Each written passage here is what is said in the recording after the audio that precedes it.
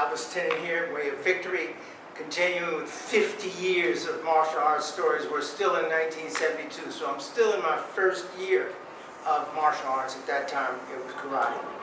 And I was all in, like I said, very obsessed. So the last tournament, the one that I got disqualified in, I was really, my teachers kind of liked the technique. All my big brothers and sisters and students in the school liked the technique. So even though I got disqualified in that tournament, I was kind of like a hero because of the cleanness of the technique, even though it was an illegal technique, and I was disqualified. And so we wanted to keep that down, and so we practiced in my training after that, making sure that that didn't happen. And I actually got some spinning techniques where I would make the weapon go to the body instead.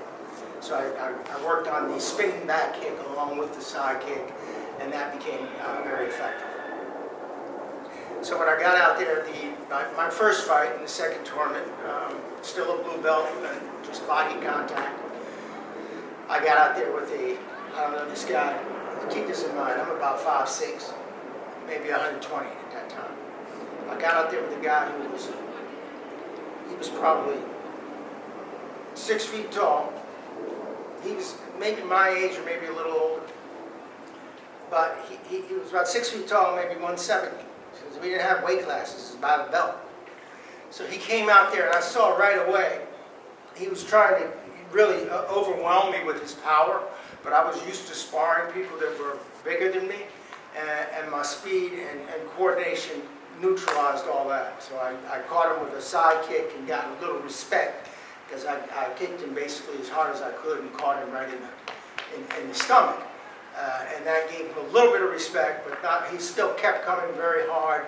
And I could jump in and hit him 3 times and then spin off before he could really hit me.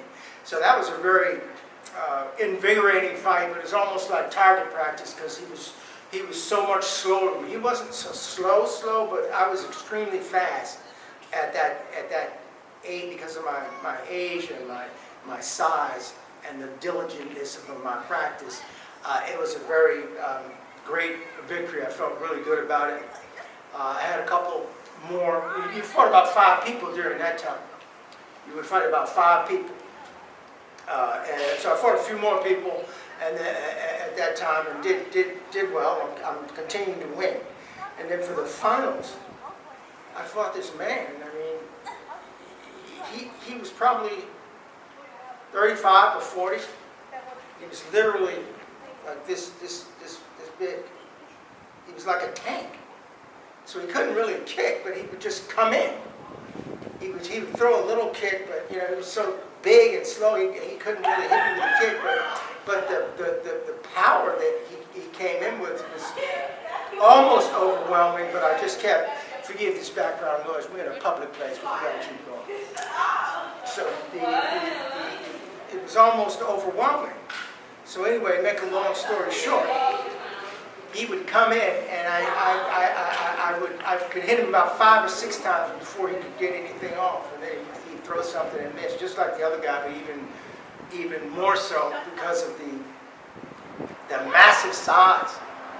So everything was moving so fast that they weren't counting the punches. He actually hit me a few times, and surprisingly, it didn't kill me, but he couldn't really leverage his weight like you would think.